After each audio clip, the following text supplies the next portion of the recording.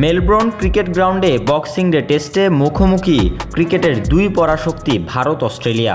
তবে ম্যাচের প্রথম দিনে ব্যাট বলের লড়াই নয়, আলোচনার কেন্দ্রবিন্দুতে কোহলি স্যাম অঘটন। আইসিসির কোড অফ কন্ডাক্ট লঙ্ঘন করে শাস্তির মুখোমুখি হলেন বিরাট। তবে এ ঘটনায় স্যাম কনস্টার্স বলছেন, এরকম হতেই পারে, এটাই ক্রিকেট, মাঠের লড়াই মাঠেই থাকুক।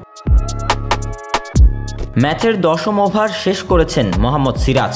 ওভার শেষ করার পর দিক পরিবর্তন করার জন্য হেঁটে আসছিলেন কোহলি, উল্টো দিক থেকে আসছিলেন কনস্টার্সও। এ সময় দুজনের কাঁধে ধাক্কাধাক্কি হলে কনস্টার্স কিছু একটা বলে বসেন, এগিয়ে যান কোহলিও। দুজনের বিবাদ থামান আম্পায়ার এবং আরেক অজি ওপেনার ওসমান খাজা।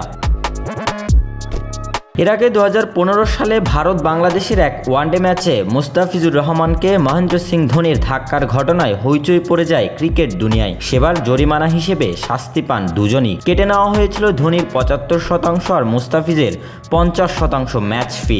এবার ম্যাচ ফির 20% জরিমানার পাশাপাশি একটি ডিমেরিট পয়েন্টও গুনলেন কোহলি।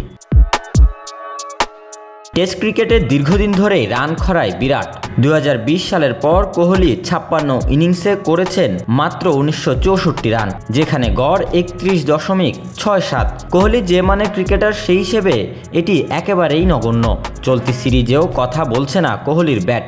পার্থে সেঞ্চুরির পর শেষ 3 ইনিংসে তার সংগ্রহ মাত্র 21 রান। হয়তো রান খরায় বিগড়ে যাচ্ছেন মাঠের আচরণও, যদিও বিরাট বরাবরই আগ্রাসী আচরণেরই প্রদর্শন করেন মাঠে। কোহলি কাণ্ডে সমালোচনার জন্ম দেওয়া এই টেস্টে জড়িয়ে আছেন একজন বাংলাদেশিও। ম্যাচের 7ম ওভার ধারাভাষ্যকার ঈশা গুহ তখন কথা বলছেন অভিষিক্ত স্যাম কনস্টার্সকে নিয়ে।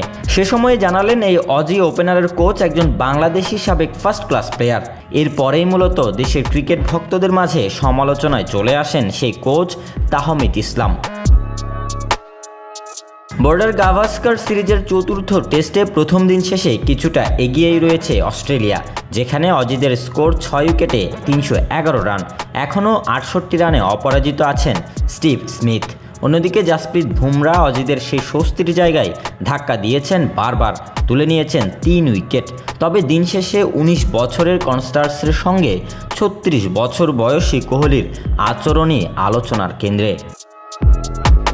Robin Dasgupta, news now sports.